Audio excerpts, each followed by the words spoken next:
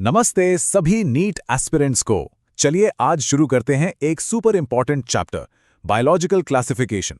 इसके पार्ट 1 में हम क्लासिफिकेशन की पूरी हिस्ट्री और किंगडम मोनेरा को एकदम डिटेल में समझेंगे। तो सबसे पहले एक बहुत ही जरूरी सवाल, आखिर बायोलॉजिकल क्लासिफिकेशन नीट के लिए इतना हाई यील्ड चैप्टर क्यों है ना? देखो, स्मार्ट प्रिपरेशन के लिए ना चैप्टर का वेटेज समझना सबसे जरूरी चीज है। और जवाब है 8 से 12 marks. Can you believe it? इस एक चैप्टर से आपके 2 से 3 सवाल पक्के हैं, समझे? मतलब ये एक सुपर स्कोरिंग टॉपिक है। तो चलिए पूरे फोकस के साथ इस सेशन में आगे बढ़ते हैं। तो आज हम क्या क्या कवर करने वाले हैं, एक नजर डालते हैं। सबसे पहले क्लासिफिकेशन को नीट के पर्सपेक्टिव से देखेंगे, फिर विटेकर्स 5 किंगडम्स, उसके बाद किंगडम मोनेरा, आर्कीबैक्टीरिया और यूबैक्टीरिया को डिटेल में समझेंगे। हाँ, और लास्ट में कुछ नीट लेवल एमसीक्यूज प्रैक्टिस करके एग्जाम पॉइंटर्स से सब कुछ फटाफट रिवाइज कर लेंगे। रेडी? ऑलराइट, तो शुरू करते हैं अपने पहले सेक्शन से। देखिए, हम क्लासिफिकेशन की हिस्ट्री को ना सिर्फ फैक्ट्स की तरह नहीं रटेंगे, इसे एक स्टोरी की तरह समझेंगे ताकि बिल्कुल क्लियर हो जाए कि आखिर हमें इस मॉडर्न सिस्टम की जरूरत पड़ी ही क्यों। तो देखिए, ये कहानी शुरू होती है एरिस्टोटल से। उन्होंने सबसे पहला कह सकते हैं साइंटिफिक अटेम्प्ट किया था। उन्होंने सिंपल मॉर्फोलॉजिकल कैरेक्टर्स जैसे प्लांट्स को ट्रीज, श्रब्स और हर्ब्स में डिवाइड कर दिया। फिर आए लिनेयस अपने 2 किंगडम सिस्टम के साथ, प्लांटे और एनिमेलिया। सिंपल था, इजी था, लेकिन उसमें बहुत सारी प्रॉब्लम्स थीं। और इन्हीं प्रॉब्लम्स का सोल्यूशन लेकर आए आर.एच. विटेकर 1969 में अपने 5 किंगडम सिस्टम के साथ। और यही सिस्टम आज हमारी अंडरस्टैंडिंग का बेस है। तो सवाल यह है कि लिनेयस का सिस्टम फेल क्यों हुआ? यहां से नीट में कॉन्सेप्चुअल क्वेश्चंस बनते हैं। So listen carefully. उनका सिस्टम देखो, यूकैरियोट्स और प्रोकैरियोट्स में कोई फर्क ही नहीं कर पा रहा था, ना ही यूनिसेलुलर और मल्टीसेलुलर में। और सबसे बड़ी गलती, फोटोसिंथेटिक ग्रीन एल्गी और नॉन फोटोसिंथेटिक फंगी दोनों को एक ही ग्रुप में प्लांटे में डाल दिया। सोच के देखो, ये तो साइंटिफिकली बिल्कुल गलत था ना।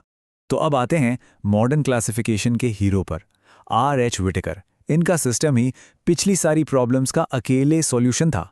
इसने क्लासिफिकेशन का एक कह सकते हैं रेवोल्यूशनरी ब्लूप्रिंट तैयार कर दिया। अब ये जो 5 पॉइंट स्क्रीन पर हैं, ये विटेकर के क्लासिफिकेशन के 5 पिलर्स हैं। और ये पांचों क्राइटेरिया हमें बिल्कुल ऑन टिप्स होने चाहिए। Cell structure, body organisation, mode of nutrition और रिप्रोडक्शन। इन सब के अलावा उन्होंने जो सबसे इंपॉर्टेंट गेम चेंजिंग क्राइटेरियन जोड़ा, वो था फाइलोजेनेटिक रिलेशनशिप्स, मतलब एवोल्यूशनरी हिस्ट्री। और यही मॉडर्न क्लासिफिकेशन का बेस बना। ओके, अब स्क्रीन पर जो टेबल है ना, प्लीज इस पर डबल स्टार लगा लो। ये इस चैप्टर की सबसे इंपॉर्टेंट टेबल है। डायरेक्ट क्वेश्चंस उठ के आते हैं यहां से नीट में। चलो ध्यान से देखते हैं। अच्छा, एक सवाल, एक लौता प्रोकैरियोटिक किंगडम कौन सा है? बिल्कुल सही, मोनेरा। अब सेल वॉल कॉम्पोजिशन पर फोकस करो। फंगाई में है चिटिन और प्लांटे में है सेल्यूलोज। ये तो एग्जामिनर का फेवरेट सवाल है, आई एम टेलिंग यू। हमको हर कॉलम को कंपेयर करना है और डिफरेंसेस को नोट डाउन करना है। तो चलिए अब शुरू करते हैं अपना पहला किंगडम, किंगडम मोनेरा।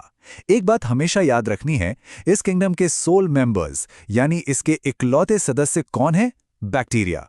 और ये अर्थ पर सबसे ज्यादा पाए जाने वाले माइक्रो ऑर्गेनिजम्स हैं, एवरीवेयर। ये एनसीईआरटी की एक गोल्डन लाइन है, इसे हाईलाइट कर लेना। Though the bacterial structure is very simple, they are very complex in behaviour. मतलब क्या हुआ इसका? कि बैक्टीरिया का स्ट्रक्चर भले ही सिंपल दिखता हो, पर उनका बिहेवियर और उनकी मेटाबॉलिक डाइवर्सिटी कमाल की है। सीरियसली, जस्ट इमेजिन, ये खौलती हुई हॉट स्प्रिंग से लेकर डीप ओशंस की बर्फ जैसी ठंड तक हर एक्सट्रीम हैबिटेट में मिल जाते हैं। अब स्क्रीन पर एनसीईआरटी का फिगर 2.1 देखिए। इसमें बैक्टीरिया के 4 मेन शेप्स दिखाए गए हैं। जो गोल गोल हैं वो हैं कॉकस, जो रॉड शेप्ड हैं वो है बैसिलाई, जो कॉमा जैसा दिख रहा है वो है वाइब्रियम, और जो स्पाइरल शेप का है वो है स्पिरिलम। सिंपल है ना? यहां से नीट में मैक्स द फॉलोइंग टाइप के सवाल बनने का पूरा चांस है। ओके, आगे बढ़ते हैं। किंगडम मोनेरा को हम बेसिकली 2 मेजर ग्रुप्स में डिवाइड करते हैं। एक है आर्कीबैक्टीरिया और दूसरा यूबैक्टीरिया। चलो अब इन दोनों के बीच का डिफरेंस अच्छे से समझते हैं।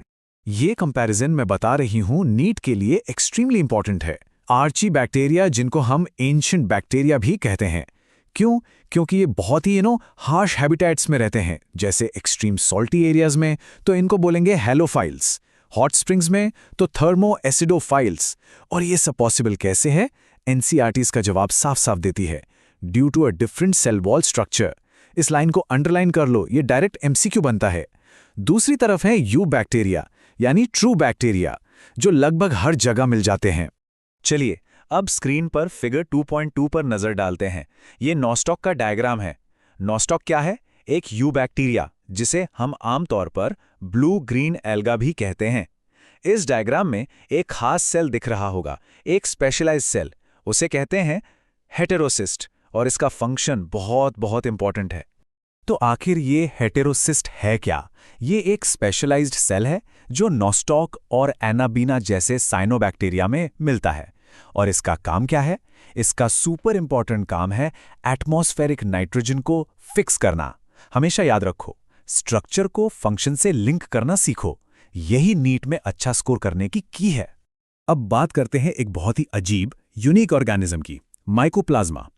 इसको मैं कहती हूं बायोलॉजी का जोकर। इसके बारे में 4 बातें बिल्कुल दिमाग में फिट कर लो। नंबर 1 और सबसे जरूरी, इनमें सेल वॉल बिल्कुल कंप्लीटली लैक करती है। ये एक बहुत कॉमन एमसीक्यू ट्रैप है। नंबर 2, ये सबसे छोटे लिविंग सेल्स हैं जो हम जानते हैं। नंबर 3, ये ऑक्सीजन के बिना भी जिंदा रह सकते हैं।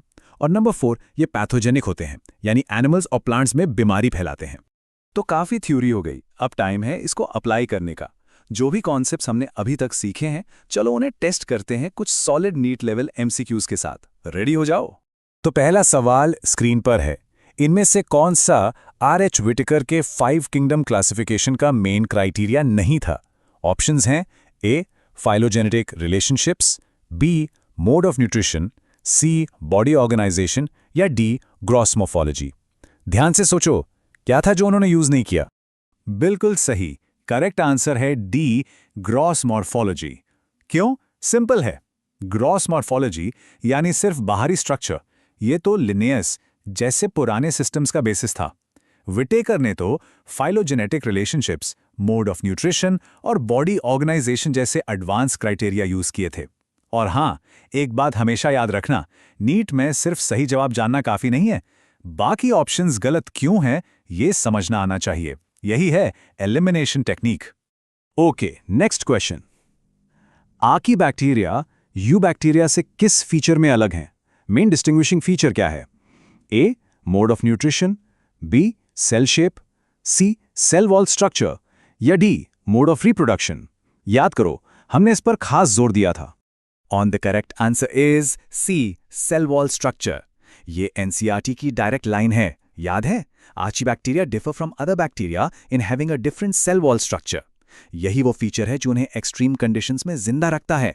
बाकी ऑप्शंस जैसे न्यूट्रिशन, शेप, रिप्रोडक्शन, इनमें थोड़ी बहुत सिमिलैरिटी मिल जाती है दोनों ग्रुप्स में, इसलिए सी इज द परफेक्ट आंसर। चलिए अब जल्दी से एक हाई यील्ड रिवीजन समरी ले लेते हैं। ये वो फाइनल पॉइंटर्स हैं जो एग्जाम से ठीक पहले रिवाइज करने के लिए बेस्ट हैं।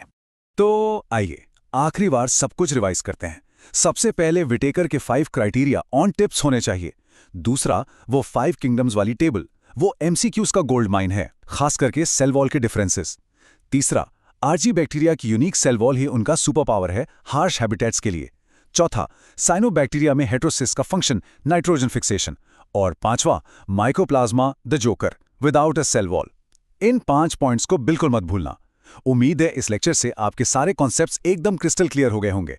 अगर आपको लेक्चर पसंद आया हो तो वीडियो को लाइक करें, अपने नीट एस्पिरेंट दोस्तों के साथ शेयर करें और गोल ग्राफ चैनल को सब्सक्राइब करना ना भूलें।